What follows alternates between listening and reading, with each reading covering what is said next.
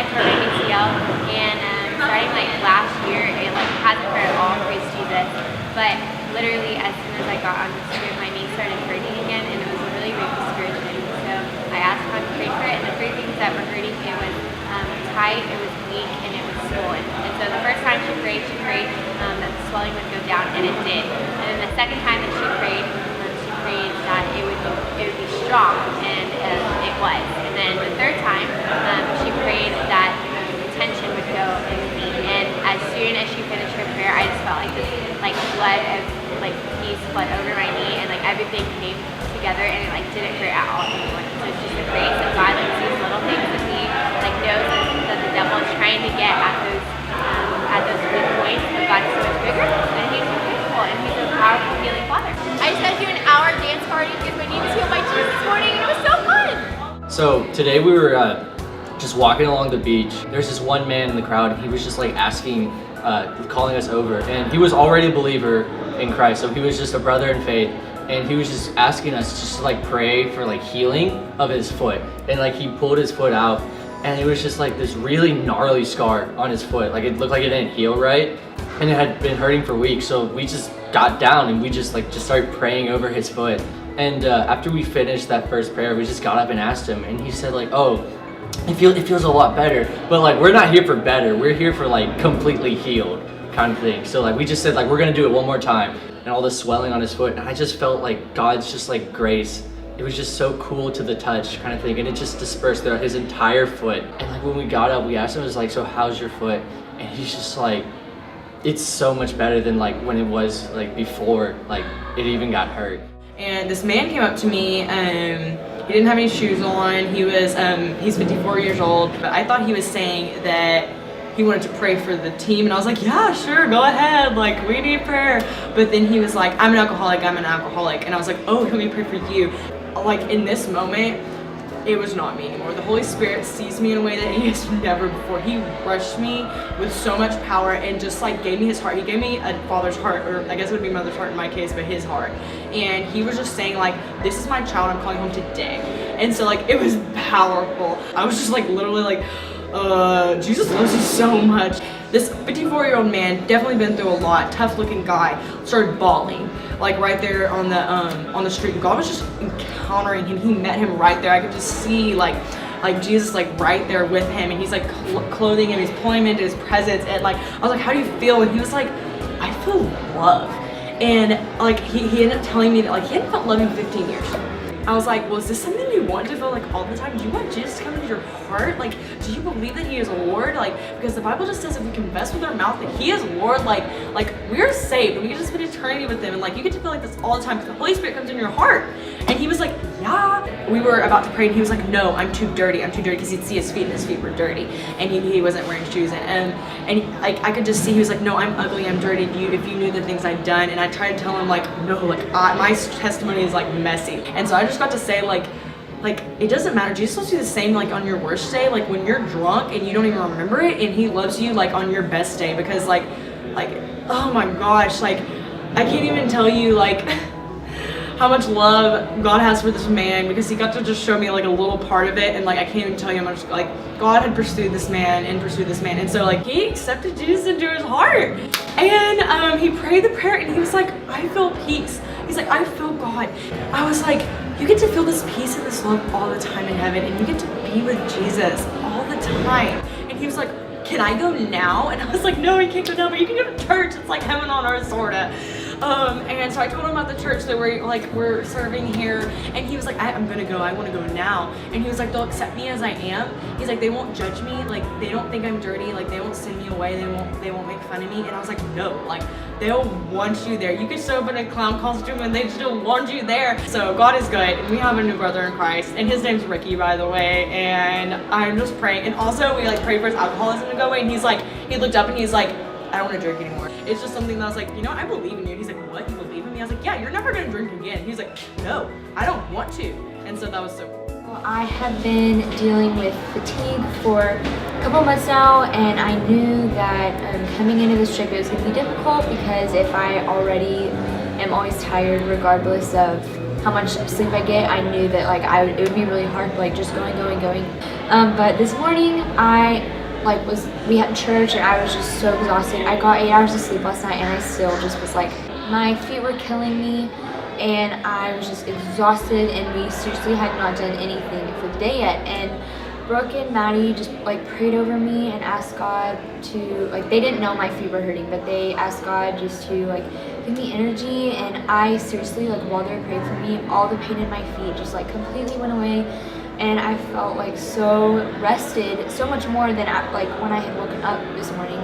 And seriously, like for the rest of the day, my feet were not hurting, and I'm like still like feeling so awake, and like God seriously just totally supported me throughout the day, and that was just so amazing.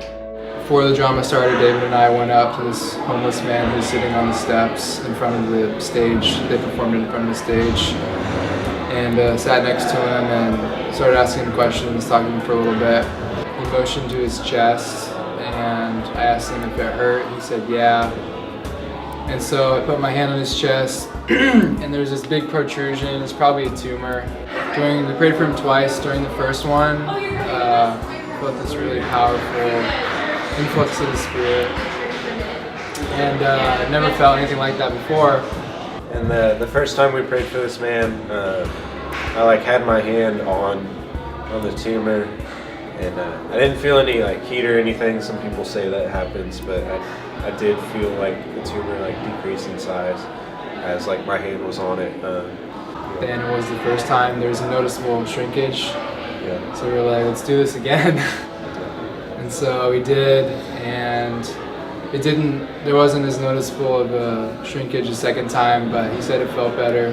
He was really grateful at the end, like because of the language barrier, like his, I guess even broken Spanish, like we could only like, or I could only understand like his body language, and he was like really like thankful. Obviously it really impacted him that we would pray for him and see healing in that way. Afterwards we tried to talk like about Jesus and like kind of explain to him that like God healed him and stuff like that. It was difficult again with the language barrier to communicate with this man, but we believe God did like an awesome work in his life, and he was blessed at least because of it.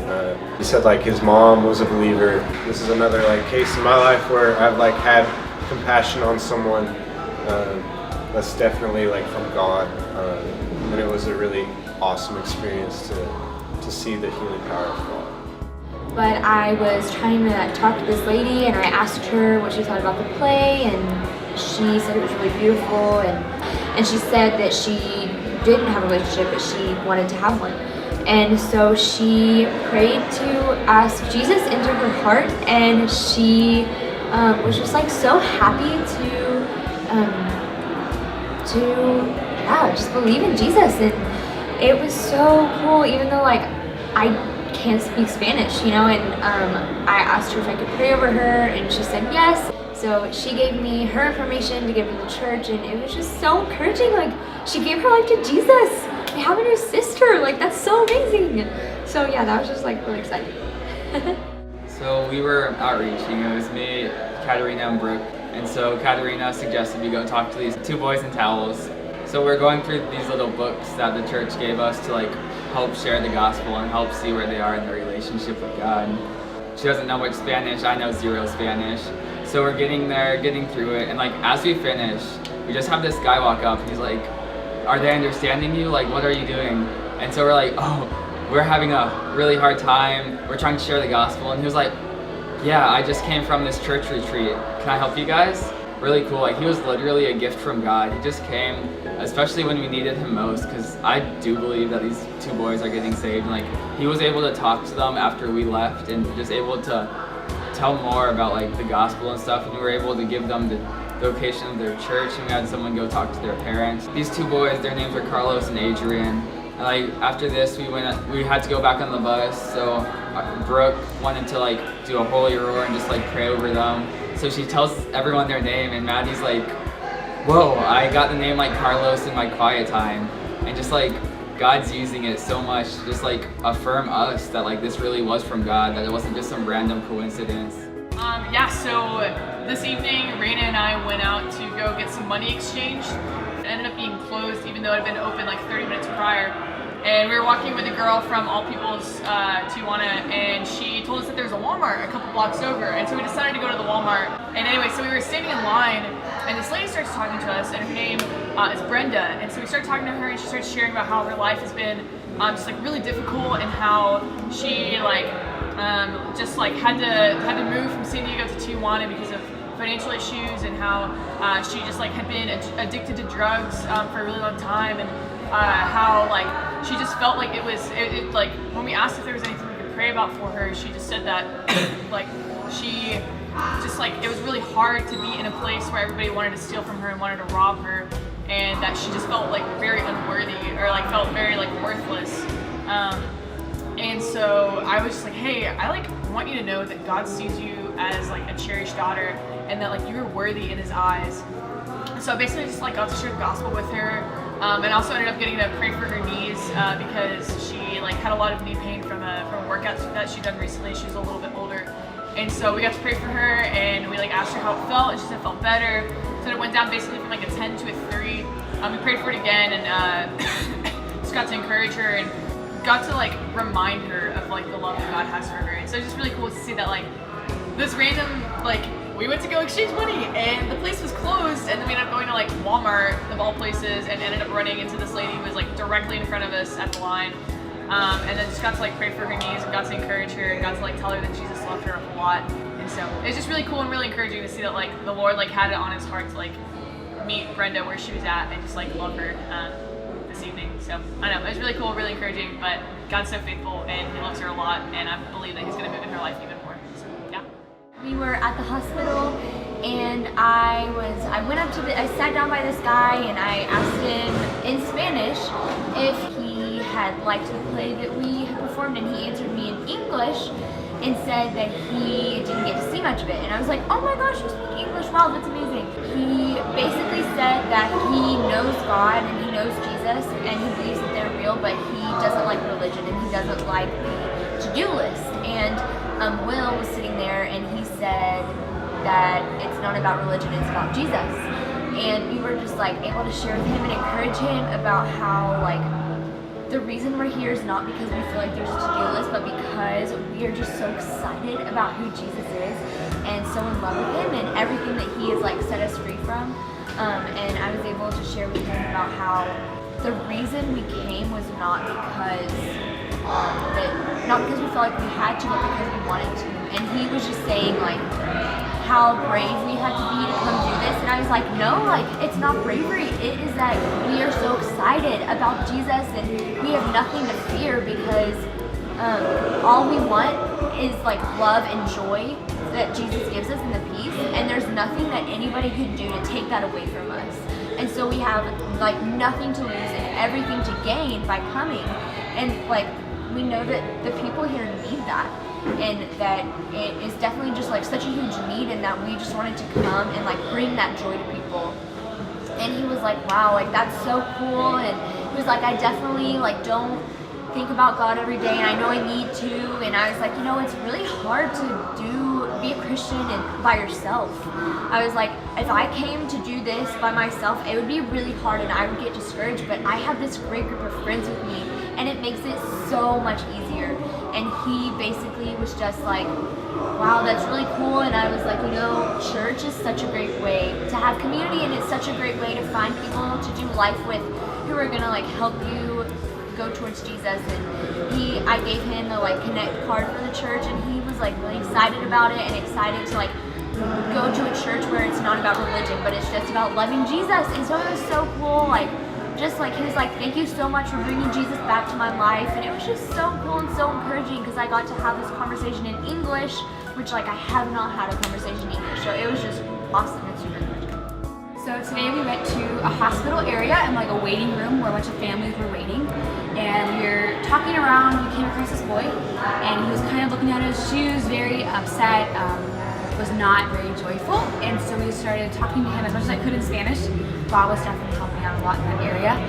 And we started going through the book, and he said he like wanted more of Jesus, but we were just about to pray the prayer. It was all kind of weird because he didn't seem super joyful about it, and so I was like trying to explain it to him, and I wasn't getting the words across. And then right at that moment, Ricky comes, right at the moment we needed him, and he basically, in this really short amount of time, told this kid the gospel. He's probably like 13-year-old, this kid, and he basically was like, yes, I want Jesus, I want Jesus. And so Ricky prayed the prayer, and he repeated, accepted Jesus into his heart, and as soon as he did, like, he got this huge smile, and just like you could see the joy of the Lord on him. We all got to hug him and like pray over him as our new brother in Christ, and I don't know if it's gonna stick, but I have full faith that like God is like moving in his heart, and now because he's accepted Jesus, and it was a super awesome moment, just like God's faithfulness to pursue and God's like faithfulness to like provide when we need him. And so it was awesome, and I'm super honored to have had a hand in Jesus' work today.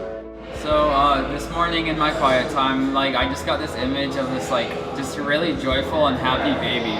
And so we went to the orphanage we were going to today, and I like looked and looked and looked until like eventually I forgot about it because I just like didn't see anything that like God was calling me to minister to there, and like I didn't see the baby I was looking for. And so like we went to this hospital to like go and serve at, and when we get there, like we walk in and there's just like so many babies. There was like at least 6 or 7 in this like really small room. And so we're going, and like I just like look at one, and he just looks at me and smiles and laughs, and it's just like the most joyful thing I've seen, like so pure, just like pure happiness. And so I'm going, and I'm just like, we do our little skit we were gonna do, and I just want to go talk to the guy holding this baby. Well, I want to go, I feel like God's like calling me to go over there, and I just like couldn't do it. I couldn't get myself to go over there until one of our other team members came and started playing with their baby.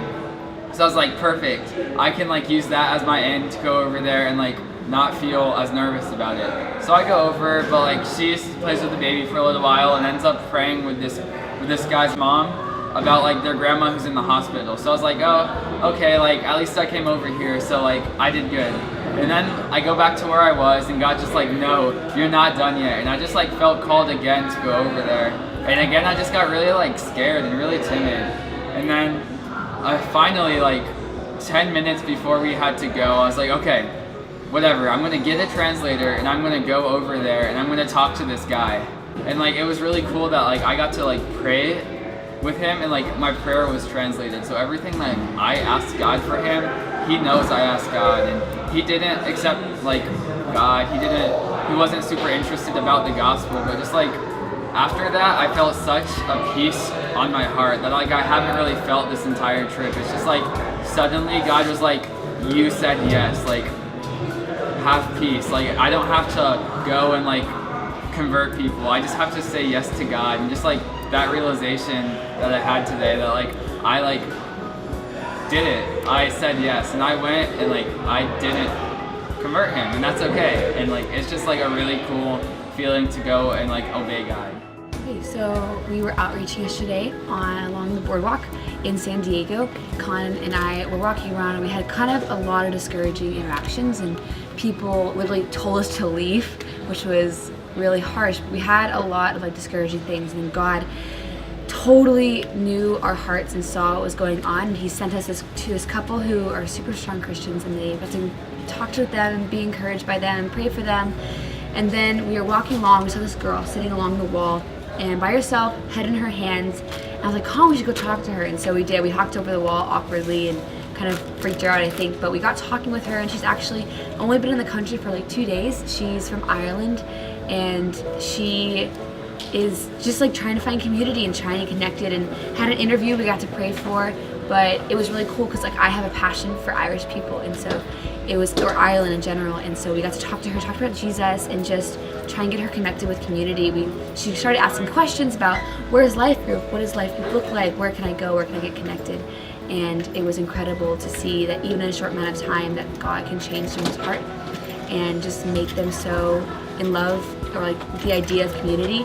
Even though she didn't know us at all, we kind of probably freaked her out on the beach, but she was just incredible, and God loves her and saw her and weaved everything together just so we could talk to her and try and get her connected with some community. And we got to read Acts 2:42 through 47 with her, and it was amazing. And God works the best together for those who love him and those he has called according to his purpose. And so it was amazing, and it was super encouraging, and God definitely showed up to that day. So yeah, so before we went out, we just got this time just to ask God for a picture or name or anything, and I got this name, Vanessa or Veronica.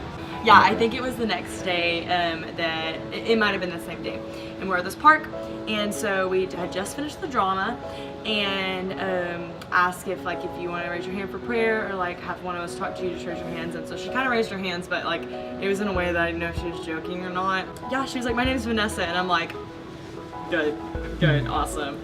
And so I was so pumped, and I knew God just wanted to do something very specific in her life. Then I got Ricky to come and translate a little bit for me so I could understand better, and come to find out, just by understanding where she lives and like what she went through, she said that she started getting addicted to things when she was 11 years old.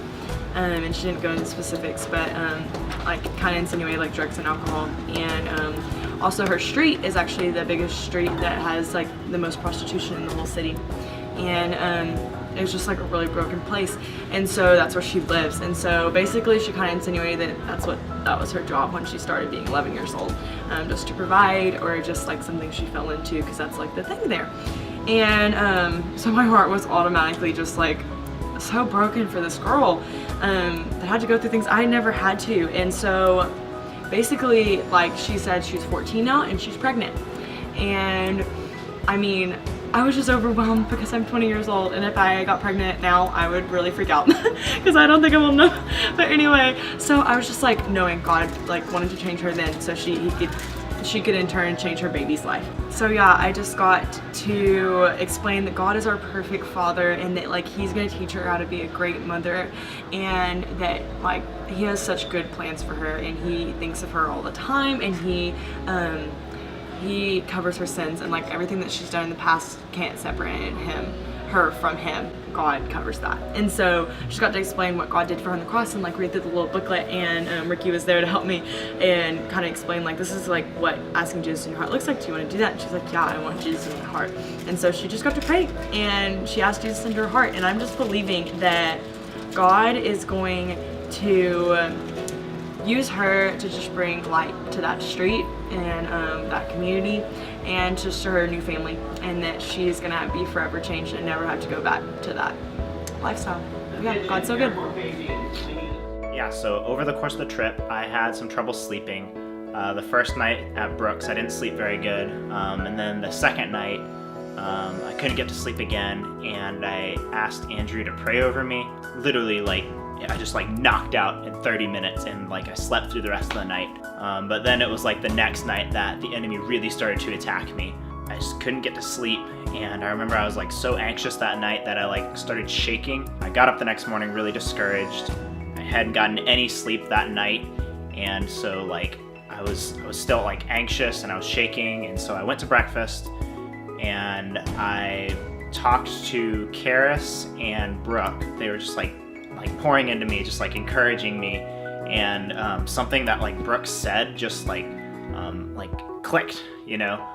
It was something that I already knew, like, you know, Jesus is in control or something like that, but it just like something clicked, and I just like stopped shaking. All the anxiety was just completely gone.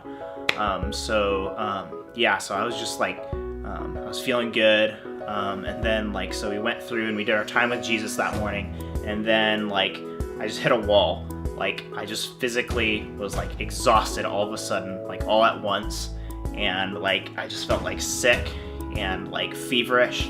And so like I went and told Will, and like some of the guys prayed over me, and I ended up like staying home that day. I went back to the hotel, and I ended up getting a 3-hour nap, and then I came back for dinner, and that night I tried to sleep, but once again, probably because I took a 3-hour nap, I just couldn't sleep. So there I was, 48 hours without hardly any sleep, just like a 3-hour nap in the middle. And so I got up, and I just like, I was so discouraged, and like I told Will, I'm like, you know, man, like I don't know if I can do this. And Will just said, you know, like God will provide. And I'm just like, you know what, you're right, God will provide. You know, he's faithful. And so like, I'm like, all right, you know what, I'm gonna try. 48 hours without hardly any sleep. And I should have been like completely exhausted, but I went out, and you know, I was just like filled with like this peace and this joy, you know. Like all of a sudden, like I shouldn't have had any energy, but I just did. And it was just like one of those things that could like only be from God. And so like that morning, Andrew was just like frustrated because he had been praying and he didn't know why God wasn't like giving me rest, you know? And so like he came up to me and he said that like God told him that that like you don't know my plan for Ryan.